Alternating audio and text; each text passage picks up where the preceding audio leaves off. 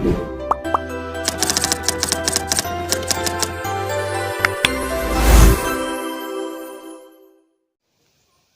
مرتبہ حضرت عیسیٰ علیہ السلام کی ابلیس لعین مردود سے ملاقات ہوئی۔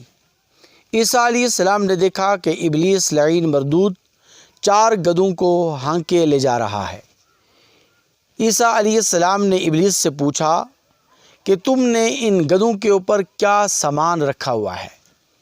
ابلیس لعین جواب دیتا ہے کہ میں نے ان 4 گدھوں پر مختلف قسم کا سامان تجارت لاد رکھا ہے۔ عیسیٰ علیہ السلام نے پوچھا کہ ان گدھوں پر تم نے کیا کیا سامان تجارت لدا ہوا ہے؟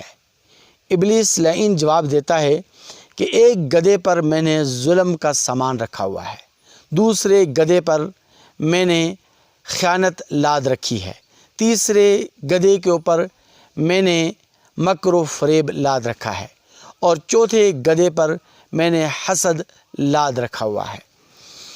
ابلیس لعین کے اس جواب میں اور ابلیس لعین کی اس وضاحت کے بعد عیسیٰ علیہ السلام اس سے پوچھتے ہیں کہ اچھا یہ بتلاؤ کہ ان 4 سامانوں کا خریدار کون ہے؟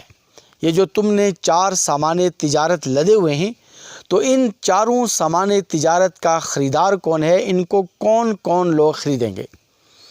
ابلیس لعین جواب دیتا ہے کہ جس گدھے کے اوپر میں نے ظلم لاد کے رکھا ہے تو اس کے خریدار وقت کے حکمران، وقت کے بادشاہ ہیں، اور جس گدھے کے اوپر میں نے حسد لاد کے رکھا ہوا ہے تو اس حسد کے خریدار وقت کے علماء اور اہل علم ہیں، اور جس گدھے کے اوپر میں نے خیانت لاد کے رکھی ہوئی ہے تو اس خیانت کے خریدار تاجر اور بزنس مین ہیں، اور جس گدھے کے اوپر میں نے مکر و فریب لاد کے رکھا ہوا ہے تو اس مکر و فریب کی خریدار خواتین اور عورتیں ہیں۔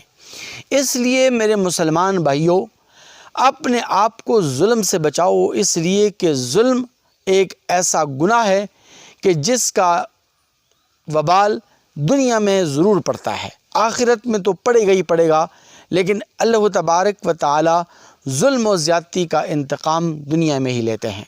اور پھر ظلم اور زیادتی ایک ایسی چیز ہے کہ جس کی وجہ سے اللہ تبارک و تعالی اس دھرتی کے اوپر اس کو برداشت نہیں کرتے۔ کفر اور شرک کو اللہ تبارک و تعالی اس دھرتی کے اوپر برداشت کر سکتے ہیں، لیکن ظلم کو اللہ تبارک و تعالی اور زیادتی کو اللہ تبارک و تعالی اس دھرتی کے اوپر برداشت نہیں کرتے۔ حسد سے اور کینے اور بغض سے اپنے آپ کو بچائیں، اس لیے کہ حسد ایک ایسا گناہ ہے، ایک ایسی بیماری ہے، بلکہ یوں سمجھ لیجئے کہ حسد دیمک کی مانند ہے۔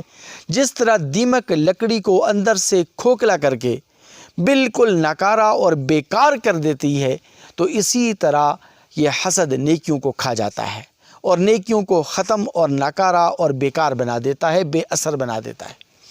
اسی طرح خیانت سے اپنے آپ کو بچائیں، اس لیے کہ نبی کریم صلی اللہ علیہ وسلم کے فرمان کے مطابق آیت المنافق ثلاث، منافق کی 3 نشانیاں ہیں، ان میں سے ایک اذا اؤتمن خانہ، جو بندہ خیانت کرتا ہے تو وہ پھر ایمان والا نہیں رہتا، وہ مومن نہیں رہتا، وہ ایمان والوں کی صف سے نکل جاتا ہے اور منافقوں کی صف میں شامل ہو جاتا ہے۔ خیانت سے اپنے آپ کو بچائیں، خیانت کرنے والا مسلمان نہیں بلکہ منافق ہوتا ہے۔ مکر و فریب سے اپنے آپ کو بچائیں۔ میں اپنی مسلمان ماؤں، بہنوں اور بیٹیوں سے یہ گزارش کروں گا کہ مکر و فریب ایک ایسا شیطانی جال ہے کہ جس کے اندر پھنس کر انسان دنیا میں بھی ناکام اور نامراد ہوتا ہے، اور آخرت کی تباہی اور بربادی تو 100% یقینی ہے۔ دعا ہے رب کریم سے کہ اللہ تبارک و تعالی ہمیں ان 4 قسم کی بیماریوں سے اور ان 4 گناہوں سے بچنے کی توفیق نصیب فرمائے۔